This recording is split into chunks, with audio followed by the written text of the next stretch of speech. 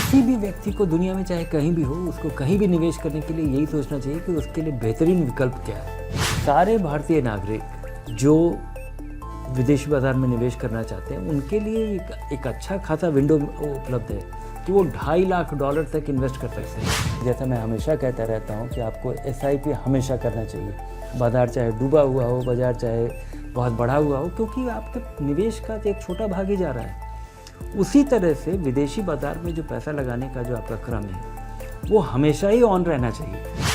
नमस्कार और निवेश का बड़ा सवाल के इस ब्रांड न्यू एपिसोड में आप लोगों का बहुत बहुत स्वागत है। देखिए, भारतीय बाजार में या तो निवेश आप शुरू कर चुके होंगे या शुरू करने वाले होंगे, लेकिन क्या कभी आपने ग्लोबल मार्केट में इन्वेस्टमेंट करने के लिए सोचा है?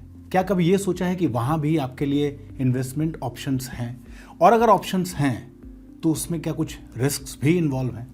तो आज इसी को समझेंगे अपने in house expert Dhirendra Kumar से और इसी के बारे में बात करेंगे। धीरेन्द्र, बहुत स्वागत है आपका। धन्यवाद। सबसे पहले तो हम लोग को ये बताइए सर कि भारतीय निवेशकों को विदेशी बाजार में निवेश करने के लिए क्यों सोचना चाहिए? किसी भी व्यक्ति को दुनिया में चाहे कहीं भी हो, उसको कहीं भी निवेश करने के लिए यही सोचना चाहिए कि उसके लिए बेहतरीन विकल्प क्या है। और आप जब इक्विटी मार्केट में लगाते हैं तो पूरा देश ही आपके पूरी दुनिया के बाज़ार आपके लिए विकल्प है जी। अब देखना है कि किन बाज़ारों में आप सुविधाजनक तरीके से निवेश कर सकते हैं। लेकिन दूसरा नज़रिया है ये देखने का कि दुनिया भर के स्टॉक मार्केट का मार्केट कैपिटलाइजेशन $124 ट्रिलियन है। ये 2025 के शुरुआत का डेटा है। और उसमें से अमेरिकी बाज़ार का जो कैपिटलाइजेशन है वो $62 ट्रिलियन का है, तो करीब करीब आधा अमेरिकी बाज़ार है।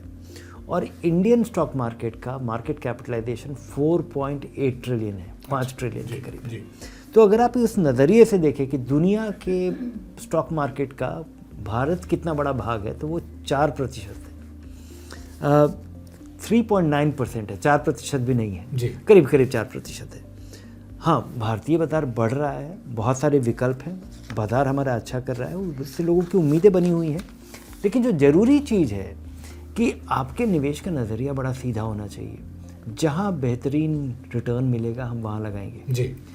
अभी तक भारतीय निवेशकों के लिए ये विकल्प आसानी से और बड़े सुचारू तरीके से उपलब्ध ही नहीं था। अभी हुआ भी है तो ये बहुत ही रुकावट के साथ हुआ है कि आप भारतीय बाज़ार में विदेशी बाज़ार में आप इन्वेस्ट कर सकते हैं। आपके पास 2 ज़रिया है। म्यूचुअल फंड के ज़रिए बहुत ही सुविधाजनक तरीके से आप लगा पाते हैं, लेकिन वो अभी थोड़ा ठंडे बस्ते में पड़ा हुआ है, क्योंकि जब हमारा इकॉनमी थोड़ा डिसेलरेट हुआ तो RBI का जो नियम है कि आप $7 बिलियन तक भारतीय म्यूचुअल फंड एक ऐसा फंड लॉन्च कर सकते हैं जो विदेशी बाज़ार में निवेश करता है, और वो लिमिट अगर वो अचीव कर चुके हैं तो उनको पैसा लेना बंद करना पड़ता है। तो अधिकतर भारतीय निवेशकों के लिए जो विकल्प है, अधिकतर फंड जो विदेशी बाज़ार में निवेश करते हैं उन्होंने पैसा लेना बंद कर दिया है क्योंकि वो लिमिट क्रॉस कर जी। कुछ फंड है और उसमें एक अलग से एक लिमिट बना हुआ था जो इंडियन कॉम्प्लेक्स रूल्स होता है, उसी के तहत कि $1 बिलियन आप ETF में भी लगा सकते हैं, वो भी शायद अभी पूरा होने वाला है जी। तो ये आसान विकल्प जो है ये ख़त्म हो गया है। दूसरा तरीका है कि आप LRS के ज़रिए आप विदेशी बाज़ार में निवेश करें। LRS है ये लिबरलाइज्ड रेमिटेंस स्कीम।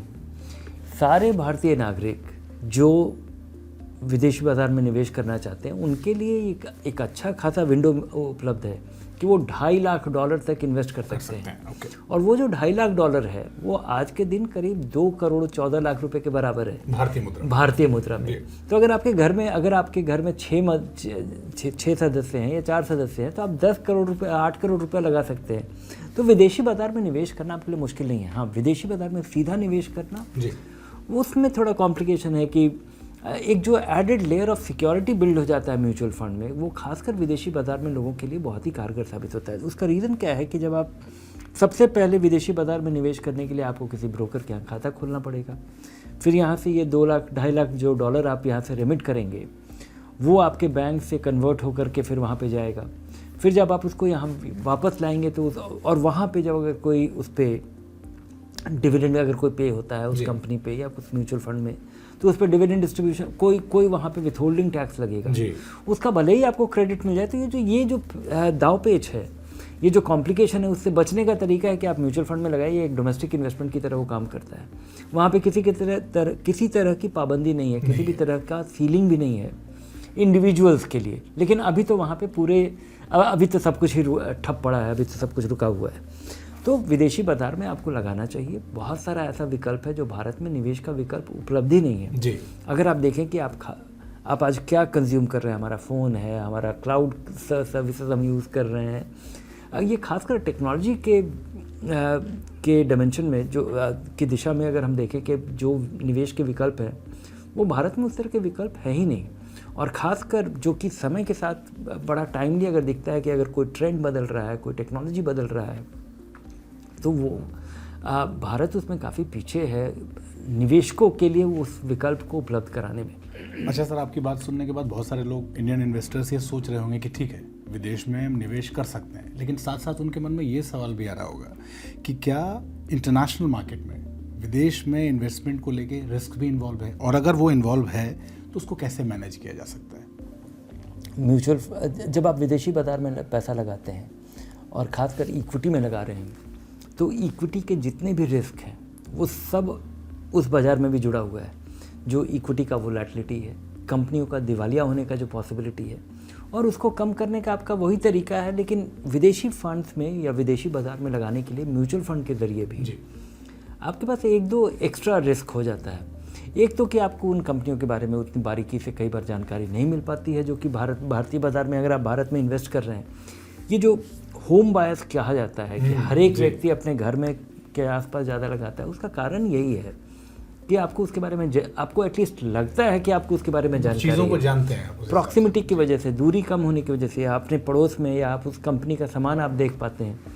यहाँ पे आप किसी कंपनी का शेयर खरीद रहे होंगे, आप एनुअल रिपोर्ट पढ़ेंगे, लेकिन करता क्या है, होता क्या है, कल्चर क्या है, कहानियों के बारे में जानना, देखना, समझना, रोज़ सुबह अखबार खोल करके कहाँ क्या हो रहा है इसकी जानकारी हो ना, वो ये दूरी का एक असर हो सकता है। लेकिन जो एविडेंट रिस्क है कि जो करेंसी का फ्लक्चुएशन है, वो एक्चुअली लॉन्ग टर्म में वो रिस्क नहीं है जी। क्योंकि भारतीय करेंसी विदेशी खासकर डॉलर के अगेंस्ट लंबे समय में डिप्रिशिएट ही किया। बचपन में आपने सुना होगा कि 8 रुपये का 1 डॉलर होता था, आज वो 80 रुपये का डॉलर है जी। और ये 30-40 साल का जो समय है जिसमें ये 8 रुपये से 80 रुपये हुआ है, ये बहुत ही स्टेडी तरीके से हुआ है। अगर आपके पास केवल यहाँ से ले गया हुआ रुपया अगर डॉलर भी रहे और उसको आप 3 साल के बाद ले आते हैं, तो आपको आमतौर पर कुछ फ़ायदा ही होता है, 5-7% का, 10% का निर्भर करता है। तो अगर एक तो ये करेंसी डिवैल्यूएशन का जो एडवांटेज है वो आपको मिल जाता है, लेकिन शॉर्ट टर्म में कभी कभी ये अप्रिसिएशन भी देखा जाता है, तो ये एक एडेड फ्लक्चुएशन है। दूसरा कि जो इसका टैक्स ट्रीटमेंट है जी। और उसके बारे में बड़ी, और ख़ासकर आप जब डायरेक्टली लगाते हैं, आप LRS को अगर यूज़ करते हुए लगाते हैं, तो वहाँ पे कुछ समस्याएं हैं जिसका लोगों के पास आसान साधन, आपको उसमें टेक्निकलिटीज़ में जाना पड़ेगा कि आपका जो विथहोल्डिंग टैक्स है उसका आप क्रेडिट कैसे लीजिएगा, आप क्रेडिट लीजिएगा तो उसको वो कितने दिन के बाद वो पैसा आपको मिलेगा, या उसका रिफ़ंड कितने दिन के बाद मिलेगा। तो ये एक एडेड कॉम्प्लिकेशन है। भारतीय बाज़ार में पैसा लगाना आज बहुत आसान हो गया। आप बटन दबाते हैं, इन्वेस्ट कर लेते हैं, डिविडेंड आपके खाते में आता है और कोई भी पैसा लीक नहीं करता है जी। यहाँ पे आपको थोड़ा इन चीज़ों के बारे में चिंता करना पड़ेगा। ये रिस्क जो है, इनको मैनेज करने का भी कोई तरीका है कि आप इसको मैनेज कर सकते हैं क्या? अगर आप म्यूचुअल फंड के ज़रिए अगर आप लगाएं, तो जो चीज़ आप मैनेज नहीं कर सकते हैं वो आप डायरेक्ट इन्वेस्टमेंट में भी नहीं कर सकते, म्यूचुअल फंड में भी नहीं कर सकते। जो एक्सचेंज का रिस्क है वो तो आपको झेलना पड़ेगा, लेकिन आप एक अच्छे फंड का चुनाव कर सकते हैं। म्यूचुअल फंड में लगाने की वजह से आपको जो डाइवर्सिफिकेशन का जो फ़ायदा है वो आपको ज़रूर मिलेगा, वो उसका खासा फ़ायदा आपको मिलेगा, जो कि भारतीय बाज़ार में डोमेस्टिक फंड में भी लगाने में मिलता है, वहाँ पे भी मिलता है। और यहाँ पे भी मेरी वही सलाह होगी कि इस रिस्क को भी कम करने के लिए आपको रेगुलरली आपके इन्वेस्टमेंट का ये रेगुलर पार्ट होना चाहिए, ना कि आप कभी उत्साहित हो जाएं कि आज हमको विदेशी बाज़ार में पैसा लगाना है। सबसे आखिर में सर, इस वक्त जो बाज़ार की स्थिति है उसको देखते हुए क्या आप क्या कहना चाहेंगे उन निवेशकों को? क्या इस वक्त बचना चाहिए अभी विदेशों में, विदेशी बाज़ार में इन्वेस्ट करने से, ख़ास तौर पे आज की स्थिति को देखते हुए? नहीं, आज की स्थिति नहीं। जैसा मैं हमेशा कहता रहता हूँ कि आपको SIP हमेशा करना चाहिए, बाज़ार चाहे डूबा हुआ हो, बाज़ार चाहे बहुत बढ़ा हुआ हो, क्योंकि आपके निवेश का एक छोटा भाग ही जा रहा है। उसी तरह से विदेशी बाज़ार में जो पैसा लगाने का जो आपका क्रम है वो हमेशा ही ऑन रहना चाहिए, और ये आप निर्धारित करें कि ये आपके पैसे का 100 रुपये का कितना होगा। ये 100 रुपये का 10% होगा, 25% होगा, 50% होगा, या 75% होगा, क्योंकि भारतीय बाज़ार दुनिया के बाज़ारों का 4% है। अब आपको देखना है, तो इस वजह से वो आपका विकल्प केवल 4% नहीं हो सकता है, और बहुत सारे सुपीरियर ऑल्टरनेटिव्स हैं, बहुत सारे इंटरेस्टिंग इन्वेस्टमेंट एवेन्यूज़ हैं। तो पहले तो ये निर्धारित कीजिए कि आपके टोटल पैसे का कितना होगा, और विदेशी बाज़ार में पैसा लगाने का एक बहुत बड़ा इम्पॉर्टेंट डी-रिस्किंग का एक अप्रोच है, जो कि मुझे लगता है कि हमारी नौकरी यहाँ पे है, हमारे सारे फिक्स्ड एसेट्स यहाँ पे हैं, हमारा मकान यहाँ पे है, और आमदनी का ज़रिया हमारा यहाँ पे है जी। और अगर सारा निवेश भी हो और कभी कोई इकोनॉमी में कोई बहुत बड़ा डाउनटर्न आएगा, कोई बहुत बड़ी गिरावट आएगी, कभी हाहाकार मचेगा, तो सब कुछ एक साथ ही डामाडोल होगा। विदेशी बाज़ार में लगा हुआ पैसा कम से कम सारे रिस्क से एक अनकोरिलेटेड रिस्क होगा। बहुत धन्यवाद आज की धन्यवाद बातचीत के लिए। तो मुझे जो समझ में आया आज की बातचीत से वो ये कि अगर आप इन्वेस्टमेंट करते हैं तो एक इंडियन मार्केट है और एक ओवरसीज़ यानी इंटरनेशनल मार्केट है। आपका पूरा पैसा भारतीय बाजार में लगा हो, ऐसा नहीं होना चाहिए। आपका एक बड़ा अमाउंट इंटरनेशनल इन्वेस्टमेंट में भी, ग्लोबल इन्वेस्टमेंट में भी होना चाहिए। तो आज से ही अपने उस विकल्प को तलाशिए, समझिए, वैल्यू रिसर्च पे जाइए, धनक पे जाइए, देखिए किस तरह से कर सकते हैं, कैसे आगे बढ़ सकते हैं। और अगर इससे जुड़ा कोई प्रश्न हो तो हमें कमेंट बॉक्स में लिख के भेजिए, और अपने प्रश्नों के उत्तर के लिए धनक को आज और अभी सब्सक्राइब कर लीजिए। आज के एपिसोड में इतना ही। नमस्कार।